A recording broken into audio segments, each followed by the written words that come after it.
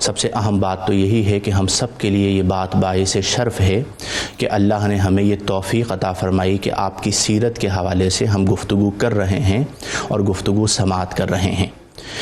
تمہیداً یہ بات پیش نظر رہے کہ اللہ کے جو اولیاء ہیں ان کے بارے میں قرآن میں اللہ نے فرمایا کہ الا ان اولیاء اللہ لا خوف علیہم ولا هم یحزنون، کہ جو اللہ کے دوست ہیں نہ ان پر کوئی خوف ہے اور نہ وہ غمگین ہوں گے۔ پھر چونکہ حضور سیدنا شیخ عبد القادر جیلانی رضی اللہ عنہ کی سیرت پر گفتگو ہو رہی ہے تو ولایت میں اللہ نے آپ کو ایک خاص مقام عطا فرمایا، اور اس بات کا ذکر قرآن میں کیا گیا کہ قل ان الفضل بید اللہ یؤتیہ من یشاء، کہ اے محبوب آپ فرما دیجئے کہ فضل اللہ کے دست قدرت میں ہے، وہ جسے چاہتا ہے اپنا فضل عطا فرماتا ہے۔ تو حضور سیدنا شیخ عبد القادر جیلانی رضی اللہ تعالی عنہ کو ولایت میں اللہ نے ایک خاص مقام عطا فرمایا جسے کہا جاتا ہے غوثیت کبریٰ، یعنی آپ رضی اللہ تعالی عنہ غوثیت کبریٰ کے عظیم ترین منصب پر فائز ہیں۔ جہاں تک آپ کے سوال کا تعلق ہے کہ آپ کے جو آباء و اجداد ہیں، والدین ہیں، وہ سلسلہ نسب کس طرح چلتا ہے اور اس کا کیا سلسلہ ہے، تو آپ کے جو آباء و اجداد ہیں وہ در حقیقت سلسلۃ الذہب ہیں، یعنی گولڈن چین ہے کہ ایسے اولیاء کاملین ہیں اپنے زمانے کے کہ جن سے آپ کا سلسلہ نسب ہوتے ہوئے امام حسن مجتبیٰ رضی اللہ عنہ اور امام حسین رضی اللہ تعالی عنہما تک پہنچتا ہے۔ آپ اپنے والد محترم کی طرف سے حسنی سید ہیں، یعنی والد کی طرف سے جب آپ کا نسب چلتا ہے تو وہ چلتے ہوئے حضرت امام حسن رضی اللہ عنہ تک پہنچتا ہے، اور والدہ محترمہ کی طرف سے آپ حسینی سید ہیں، یعنی والدہ کی طرف سے اگر سلسلہ شمار کیا جائے تو وہ کچھ واسطوں سے ہوتا ہوا امام حسین رضی اللہ تعالی عنہ تک پہنچتا ہے۔ اس زمانے میں آپ کا جو گھرانہ تھا وہ اشراف کا گھرانہ شمار ہوا کرتا تھا، یعنی آپ کے اطراف و اکناف کے جو علاقے تھے ان میں مشہور تھا کہ یہ جو فیملی ہے، یہ جو گھرانہ ہے، یہ شرف والے لوگوں کا گھرانہ ہے۔ اس کی وجہ یہ ہے کہ آپ کے والد محترم اپنے وقت کے ولی کامل، آپ کی والدہ محترمہ عابدہ زاہدہ ولیہ کاملہ، آپ کے دادا جان ولی کامل، آپ کے نانا جان ولی کامل، اسی طرح آپ اوپر تک آپ کا پورا سلسلہ نسب دیکھیں تو چونکہ اللہ نے آپ کو ایک بہت بلند و بالا مقام عطا فرمایا تو آپ کی آمد مبارک اور آپ کی ولادت مبارک بھی اللہ نے ایک ایسے گھر میں فرمائی کہ جو نسل در نسل شرف کے ساتھ چلے آ رہے تھے، حسنی سید بھی ہو گئے اور حسینی سید بھی ہو گئے، حتیٰ کہ جو آپ کی پھوپھیاں تھیں، جو آپ کی خالائیں تھیں، وہ سب اپنے زمانے کی ولیات تھیں، اور عبادت کے اندر، زہد کے اندر، تقوی کے اندر، پرہیزگاری کے اندر، ریاضت کے اندر ان کی کوئی مثال نہیں ملتی تھی۔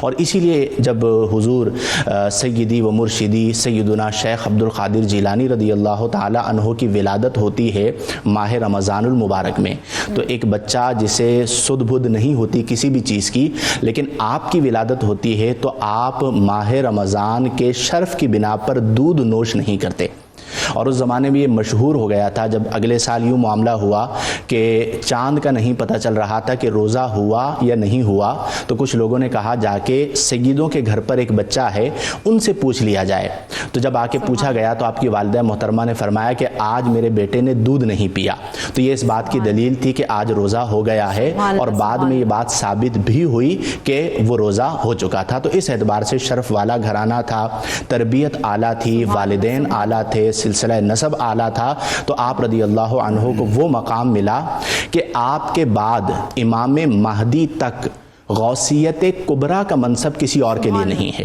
آپ دیکھیں کہ ولایت تو بہتوں کو ملی، لیکن آپ کی ولایت کی شان یہ ہے کہ وہ فرمایا گیا نا کہ سر بھلا کیا کوئی جانے کہ ہے کیسا تیرا، اولیاء ملتے ہیں آنکھیں وہ ہے تلوا تیرا، یعنی آپ کو اللہ نے اتنا بلند مقام عطا فرمایا کہ آپ کے قدموں میں اولیاء کرام اپنی آنکھوں اور اپنی گردنوں کو رکھ دیتے ہیں۔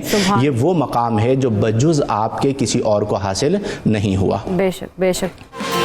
صبح سویرے پاکستان، صبح سویرے پاکستان۔ بغدادی صاحب، ویسے اگر بات کی جائے غوث پاک سرکار کی تو مشائخ طریقت کی عقیدت و محبت کیا تھی؟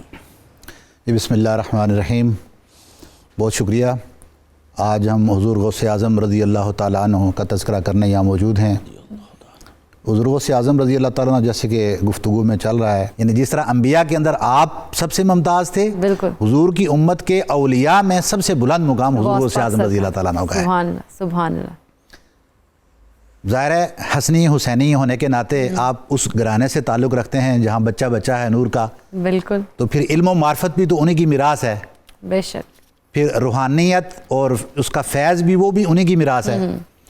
حضور غوث اعظم رضی اللہ تعالیٰ عنہ کا فیض آپ یقین جانیں کہ یہ ہند میں، کیونکہ ہمارے زیادہ جو بزرگ مشہور ہیں مجدد الف ثانی رحمۃ اللہ علیہ شیخ احمد سرندی اور شاہ ولی اللہ محدث دہلوی، یہ دونوں نے کہا، وہ کہتے ہیں کہ کسی قطب کو قطبیت یا کسی ولی کو ولایت حضور غوث اعظم کے بغیر مل ہی نہیں سکتی. سبحان اللہ سبحان. اور یہ وہ لوگ کہنے والے ہیں کہ جن کی اتھینٹسٹی یعنی ان کی علمی ثقافت کے اوپر ہر کوئی ان کا معترف ہے. تو یہ نہیں کہ کوئی جو تصوف ماننے والا ہے تو وہ معترف ہوگا اور نہیں ماننے والا نہیں ہوگا، بلکہ سارے معترف ہیں. تو وہ اس بات کا اعتراف کرتے ہیں کہ آپ کا مقام یہ تھا کہ کسی کو فیض قطبیت ہو یا ولایت ہو آپ کے بغیر نصیب نہیں ہو سکتا. وقت کے جو اولیاء کرام تھے وہ کس انداز میں آپ کے لیے احترام کا مقام رکھتے تھے. آپ کے وقت میں تھے ایک شیخ تاج العارفین ابو الوفا ان کا نام تھا. امام شعرانی طبقات الکبریٰ کے اندر ان کے بارے میں ذکر یہ کرتے ہیں کہ آپ یہ جو ابو الوفا ہیں ان کو اس وقت عارفین کی آنکھوں کا تارا کہا جاتا تھا، اتنا معزز مقام تھا ان کا. حضور شیخ عبد القادر جیلانی رحمۃ اللہ علیہ ان کی بارگاہ میں جایا کرتے تھے. یعنی آپ اس زمانے کے ابو الوفا تاج العارفین اتنے بڑے بزرگ تھے کہ آپ کے احترام کے لیے اور آپ کی زیارت کے لیے خود حضور غوث اعظم تشریف لے جاتے. سبحان اللہ سبحان اللہ. تو جب آپ کی محفل میں پہنچتے تو کہتے ہیں کہ ابو الوفا رحمۃ اللہ علیہ کھڑے ہو جاتے. کیا بات اور ہے. تمام لوگوں سے کہتے ہیں کہ قوموا لولی اللہ، اللہ کے اس ولی کے لیے کھڑے ہو جاؤ. سبحان. فمن لم یقم لہذا الولی لم یقم للہ، کہ جو اس اللہ کے ولی کے لیے کھڑا نہیں ہو سکے گا تو وہ اللہ کے لیے کیسے کھڑا ہوگا. کیا بات ہے. یہ مقام تھا حضور غوث اعظم رضی اللہ تعالیٰ عنہ کا اس وقت کے عارفین اور بزرگوں کے اندر. آپ کا فیض عقیدت تھی بزرگوں کی. تو مختلف جو سلاسل ہمارے تصوف کے اندر چلے تو ان میں ایک سلسلہ سہروردیہ ہے. تو شیخ شہاب الدین عمر سہروردی رحمۃ اللہ علیہ آپ فرماتے ہیں، آپ اپنے ماموں ابو نجیب تھے، ان کے شیخ بھی تھے، تو ان کے ساتھ اکثر حضور غوث اعظم رضی اللہ تعالیٰ عنہ کی محفل میں جاتے. آپ فرماتے ہیں کہ ایک بار شیخ ابو نجیب مجھے اپنے ساتھ لے گئے اور حضور غوث اعظم رضی اللہ تعالیٰ عنہ سے جا کے یہ عرض کیا کہ میرے اس بیٹے نے اب تمام علوم جو دنیاوی یا دینی علوم حاصل کرنے تھے وہ حاصل کر چکا ہے، اب اس کو روحانی علم کی ضرورت ہے. آپ اپنی روحانیت کا وہ فیض ان کے دل میں منتقل کریں تاکہ یہ امت کی اصلاح کے لیے کام کر سکیں. خود راوی ہیں شیخ شہاب الدین سہروردی. آپ فرماتے ہیں کہ آپ نے میرے سے ان علوم کے بارے میں کچھ سوالات پوچھے، ہر سوال کا میں فوری جواب دے رہا تھا. آپ نے اس کے بعد میرے سینے کے اوپر ہاتھ رکھا. ہاتھ رکھنے کے بعد میرے سے پوچھا کہ اب ذرا ان سوالوں کے جواب دو. آپ فرماتے ہیں کہ مجھے کسی بات کا علم نہیں تھا، میں کسی بھی بات کا جواب نہیں دے پا رہا تھا. گویا کہ آپ نے دل میں موجود تمام علوم کو ایک بار مٹا دیا، محو کر دیا. پھر حضور غوث اعظم رضی اللہ تعالیٰ عنہ کیونکہ دیکھا چہرہ متغیر ہوتے تو فرمایا کہ گھبرانا نہیں، تختی پر جب کچھ نیا لکھا جاتا ہے تو پرانا مٹا دیا جاتا ہے. سبحان اللہ. تو اس لیے اب کیونکہ آپ کے دل میں وہ علوم معرفت منتقل ہونے والے ہیں اور وہ ثابت علوم ہیں جن کی جڑیں زمین کے اندر اتنی گہرائی میں ہیں جن کو ہوائیں آندیاں چلیں گی وہ ہلا نہیں سکیں گی. سبحان اللہ. تو وہ عقیدہ آپ کا ایسا بنانا ہے جو کبھی متزلزل نہ ہو. اس علم کے لیے ضروری ہے کہ پہلی ان تمام چیزوں کو دل سے نکال دیا جائے. بالکل. آپ نے دوبارہ اپنا دست اقدس ان کے سینے پہ رکھا تو آپ فرماتے ہیں کہ اس کے بعد علم معرفت کے سمندر میرے قلب کے اندر موجزن ہو گئے. سبحان اللہ سبحان اللہ. یہ وہ مقام تھا آپ کا کہ کوئی بھی سلسلہ آپ لے لیں، سلسلہ چشتیہ ہمارے پاکستان میں جو سب سے، ہندوستان میں اور برصغیر میں جو سب سے معروف ہے، تو سلسلہ چشتیہ کا فیض براہ راست حضور غوث اعظم رضی اللہ تعالیٰ عنہ سے ہے. سبحان اللہ. اور آپ نے یہاں معین الدین چشتی رحمۃ اللہ پاک یہاں بیٹھے ہوئے برصغیر میں اس وقت اپنا سر اقدس جھکا لیا. سبحان. جب آپ نے یہ فرمایا کہ قدمی ھذا علی رقبۃ کل ولی اللہ، کہ میرا یہ قدم ہر ولی کی گردن پر ہے تو آپ نے اپنی گردن جھکا لی اور فرمایا آپ کے دونوں قدم میری آنکھوں میرے سر پہ ہیں. سبحان اللہ سبحان اللہ. یہ مقام تھا آپ کا اور یہ عقیدت تھی بزرگوں کی آپ کے ساتھ. عقیدت اتنی زیادہ ہے کہ اس کا ہم کچھ ہے ہی نہیں. مفتی صاحب بات کی جائے حضور غوث اعظم شیخ سیدنا عبد القادر جیلانی رضی اللہ تعالی عنہ سے خدمت حلق کے حوالے سے تو کیا تعلیمات دی انہوں نے؟ جی دیکھیں جو اولیاء کاملین رحمہم اللہ ہیں ان کا جو مقام ہے ان کی جو شان ہے اس میں ایک اہم چیز ہے مخلوق کی خدمت کرنا. اور اگر ہم حضور سیدنا شیخ عبد القادر جیلانی رضی اللہ تعالی عنہ کی سیرت طیبہ کو دیکھیں تو از ابتدا تا انتہا خدمت خلق پر مشتمل ہے آپ کی زندگی.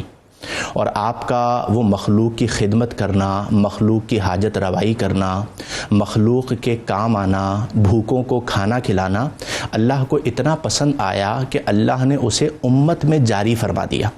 آپ کے وصال کو آج صدیاں بیت گئی ہیں لیکن مختلف علاقوں میں ہر مہینے 11ویں شریف منائی جاتی ہے اور بھوکوں کو کھانا کھلایا جاتا ہے. یہ آپ ہی کا فن ہے جس کو اللہ نے عام فرمایا ہے. آپ رضی اللہ تعالیٰ عنہ خود ارشاد فرماتے ہیں کہ میں نے 300 اعمال صالحہ کو پرکھا، یعنی ایک فہرست بنائی 300 ایسے اعمال کی جو اچھے تھے، اور میں نے اس بات کو جاننے کی کوشش کی کہ ان میں سے سب سے زیادہ اچھا عمل ایسا کون سا عمل ہے کہ جس سے اللہ تبارک و تعالی راضی ہو جائے. تو آپ فرماتے ہیں کہ میں نے ان 300 اعمال میں سے مخلوق کو کھانا کھلانا اسے سب سے بہتر پایا. اور پھر آپ رضی اللہ تعالی عنہ نے بھوکوں کو کھانا کھلانے کی عادت کو اپنی خانقاہ میں جاری فرما دیا. اور ہر مہینے کی جو 11ویں شریف ہوا کرتی تھی، جیسا کہ آج 11ویں پر ہم آپ کا عرس منا رہے ہیں، آپ اپنی زندگی کے اندر ہر مہینے کی 11ویں شریف کیا کرتے تھے اور اس میں آپ کی خانقاہ کے دروازے پر افراد کھڑے ہو کر یہ صدا لگایا کرتے تھے کہ جو بھوکے ہیں وہ آ کر کھانا کھا لیں، اور جو مسافر ہیں اور اسٹے کرنا چاہتے ہیں، رکنا چاہتے ہیں، تو ان کے قیام کے لیے بھی یہاں پر اہتمام کیا گیا ہے.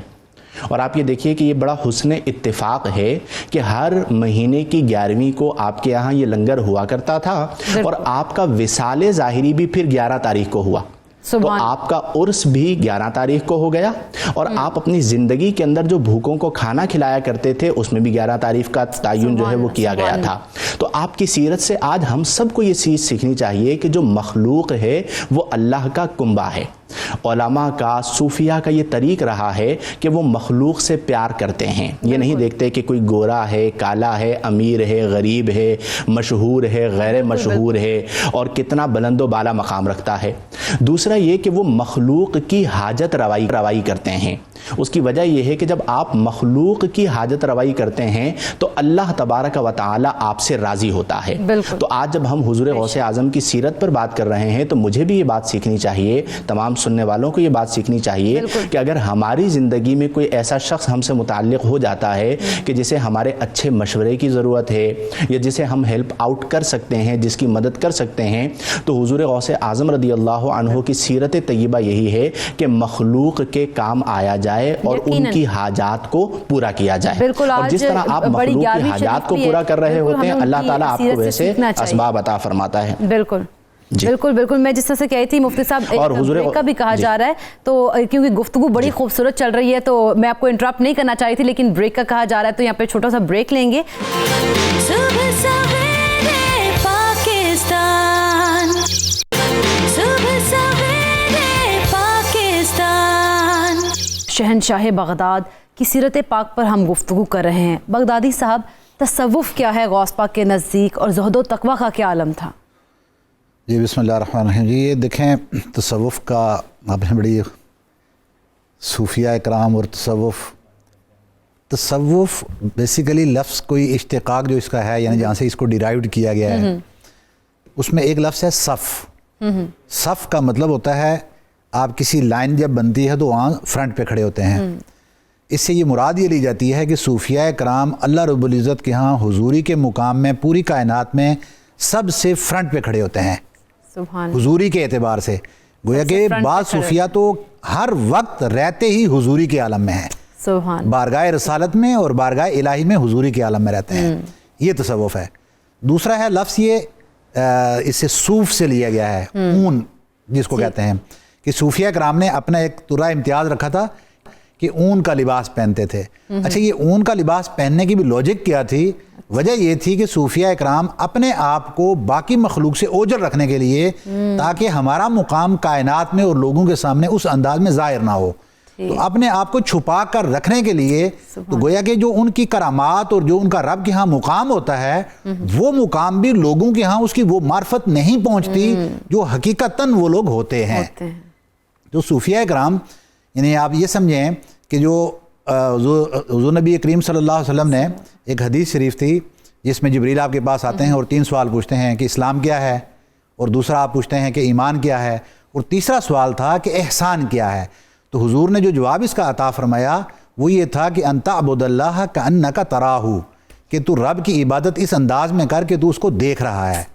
یہ حضوری ہے جو میں نے پہلی بات کی کہ رب کے سامنے اس طرح ہو کہ آپ رب کو دیکھ رہے ہو. اور دوسرا فرمایا کہ لم تکن تراہ فإنہ یراک، اگر وہ یعنی تیرے اندر یہ سکت نہیں، یہ طاقت نہیں کہ تو رب کو دیکھ سکے، تو یہ تصور کر لے کہ تیرا رب تجھے دیکھ رہا ہے.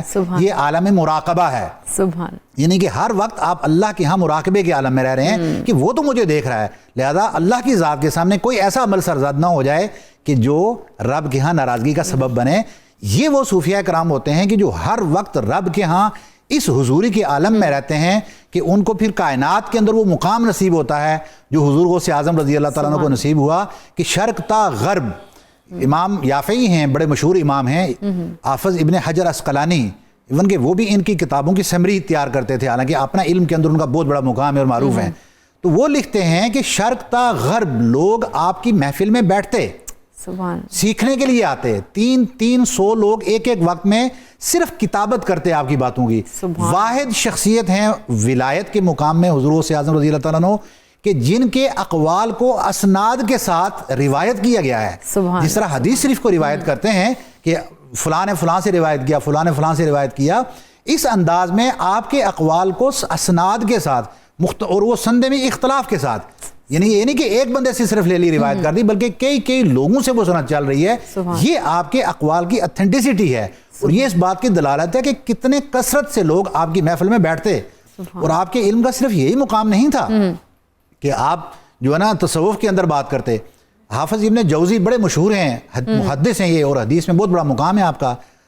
آپ محفل میں تشریف لائے اور بیٹھے، حضور غوث اعظم رضی اللہ تعالیٰ نے قرآن کی ایک آیت کی تفسیر شروع کر دی. آپ تفسیر فرماتے تو پاس بیٹھے ہوئے ان کے جو محدث ابن جوزی کے ساتھ بیٹھے ہوئے تھے وہ ان سے پوچھتے کہ آپ کو اس کی تفسیر کا پتہ تھا؟ تو وہ فرماتے ہاں پتہ ہے. آپ تفسیر فرماتے گئے 11 تفاسیر اس ایک آیت کی آپ نے بیان فرمائی. ہر بار محدث ابن جوزی جواب دیتے کہ مجھے اس تفسیر کا پتہ ہے. اس کے بعد آپ تفسیر کرتے جاتے اور وہ پوچھتے تو محدث ابن جوزی جواب دیتے مجھے اس تفسیر کا پتہ نہیں. یہاں تک کہ آپ نے 40 تفاسیر بیان کی اس ایک آیت کی.